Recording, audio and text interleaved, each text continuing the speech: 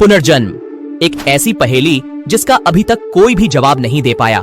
यह हमारे देश में ही नहीं बल्कि पूरी दुनिया में एक बहुत बड़ी मिस्ट्री बन गई है। क्या हमारा विज्ञान पुनर्जन्म की इस पहेली का जवाब दे पाया है? क्या है हमारे धर्म ग्रंथों और धार्मिक मान्यताओं में इसका महत्व?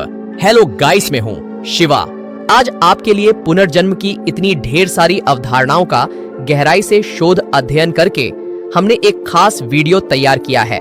इस वीडियो में हमने पुनर्जन्म, जिसको अंग्रेजी में रीइंकार्नेशन कहते हैं, इसको हमने दो तरीकों से इन्वेस्टिगेशन किया है।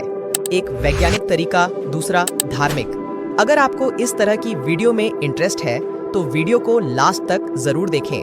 वीडियो पसंद आए तो लाइक करें और चैनल को सब्सक्राइब करें। तो चलिए दोस्तों, अपनी इस वीडियो को बिना समय नष्ट किए शुरू करते हैं।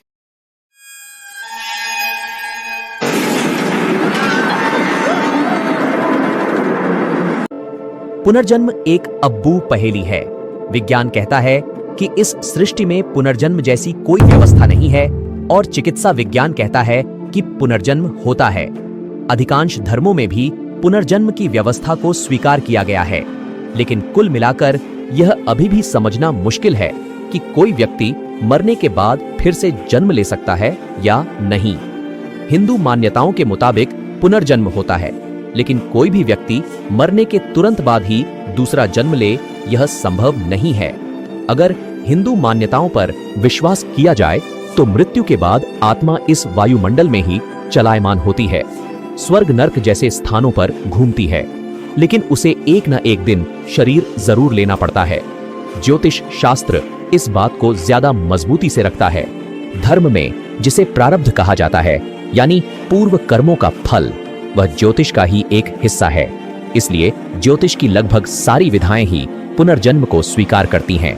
इस विद्या का मानना है कि हम अपने जीवन में जो भी कर्म करते हैं, उनमें से कुछ का फल तो जीवन के दौरान ही मिल जाता और कुछ हमारे प्रारब्ध से जुड़ जाता है। इन्हीं कर्मों के फल के मुताबिक जब ब्रह्मांड में ग्रह दशाएं बनती हैं, तब वह आत्मा फिर से जन्म लेती है। हमारे जीवन से तुलना की जाए तो अनंत तक रहती है। मतलब जो व्यक्ति स्वर्ग में जाता है वो वहां अनंत तक रहता है। इसलिए अनंत तक आनंदमयी रूप से स्वर्ग में रहने के लिए किसी को अपने लालच और कामनाओं पे काबू करना आवश्यक है। इसका मतलब साफ है कि स्वर्ग में जाने और मोक्ष की प्राप्ति के लिए वही व्यक्ति योग्य होगा जो अपने लालच और कामनाओं पर काबू पाले और सुख दुख को एक समान समझे। इंसान की जिंदगी में इतने लक्ष्य होते हैं कि वो कभी खुश ही नहीं रह पाता। 90% तनाव और दुख सिर्फ हमारे सोचने के तरीके और जीवन शैली पर निर्भर करता है। सिर्फ भारत में ही हर साल हजारों लोग कुपोषण और भूख से जाते हैं। कोई जरा उनसे पूछे कि उनके जीवन का क्या लक्ष्य है तो बस एक ही जवाब होगा, पेट भर के खाना। ये बात भी सच है कि अगर इंसान में आगे बढ़ने की चाह न होती तो आज हम अपने जीवन में इतनी तरक्की और सुख सुविधाएं न जुटा पाते। लेकिन इसका मतलब ये नहीं है कि हम अपनी इंसानियत से ऊपर उठकर अपने लालच और कामनाओं को ही अपनी जिंदगी बना लें, क्योंकि इनकी कोई सीमा नहीं होती जिससे हमें केवल असंतुष्टि ही प्राप्त होती है। एक और बात जो कि उतनी ही महत्वपूर्ण है, ईश्वर ने हमें आंखें, कान और दिमाग दिया है ताकि हम सच झूठ और सही गलत का फर्क कर सकें। इसलिए कोई भी और किसी की भी बात मानने से पहले खुद उसको सत्यापित जरूर करना चाहिए। इस संदर्भ में कहा जा सकता है कि समर्थ गुरु रामदास और शिवाजी अगले जन्म में रामकृष्ण परमहंस और स्वामी विवेकानंद के रूप में अवतरित हुए थे। एक बार स्वामी विवेकानंद ने शिवानंद से कहा था कि जब मैं बुद्ध था तो आप आनंद के रूप में मेरे पास थे। नर और नारायण आर्ष ने क्रमशः अर्जुन और श्री कृष्ण के रूप में इस धरा पर अवतार लिया था। श्री रामकृष्ण परमहंस और मान शारदामणि ने अनेक जन्मों तक साथ रहकर भगवत कार्य में हाथ बटाया था। मीराबाई द्वापर युग में भगवान श्री कृष्ण की ललिता सखी थीं, जो द्वापर युग में मुक्ति को प्राप्त नहीं हुई थीं। वह पूर्ण अध्यवसायशील संपन्न थीं और कई जन्मों के पश्चात मीरा के रूप में जन्म प्राप्त कर द्वारकापुरी के रणछोड़दास की मूर्ति में सशरीर समा गई थीं। त्रेता युग के बाली द्वापर युग में जरा व्याध के रूप में और लक्ष्मण द्वापर युग में भगवान श्री कृष्ण के बड़े भ्राता बलराम के रूप में अवतरित हुए। इस प्रकार प्राचीन धर्म ग्रंथ पुनर्जन्म की घटनाओं के उल्लेख से भरे पड़े हैं। नरक और स्वर्ग तो आत्मा की काल्पनिक अवस्थाएं हैं। ये प्राण की अवस्थाएं हैं जो वे प्रयाण के बाद गढ़ती हैं। नरक का अर्थ है प्राण लोक से होकर गुजरने वाली अति असह्य और कष्टप्रद यात्रा।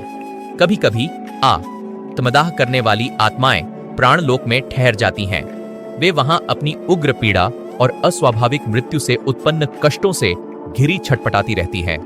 यही नारकीय यंत्रणा है।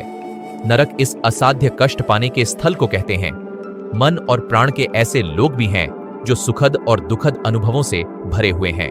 वर्तमान जीवन से पूर्व हमारा अस्तित्व क्या रहा होगा और मृत्यु के बाद हमारा शरीर तो नष्ट हो जाएगा, मगर हमारी आत्मा कहां जाएगी, हमारी क्या स्थिति होगी, आदि प्रश्न सभी के मन में कौंधते हैं। इन्हीं प्रश्नों के उत्तर तलाशने का प्रयास यहाँ पूर्व देशांक में किया जा रहा प्राचीन काल से ही हमारे ग्रंथों में पुनर्जन्मवाद के सूत्र मिलते हैं। किंतु आज जिस अर्थ में पुनर्जन्म की जो घटनाएं हमें देखने सुनने को मिलती हैं, हमारे ग्रंथों में उसकी घटनाओं का चित्रण नहीं मिलता।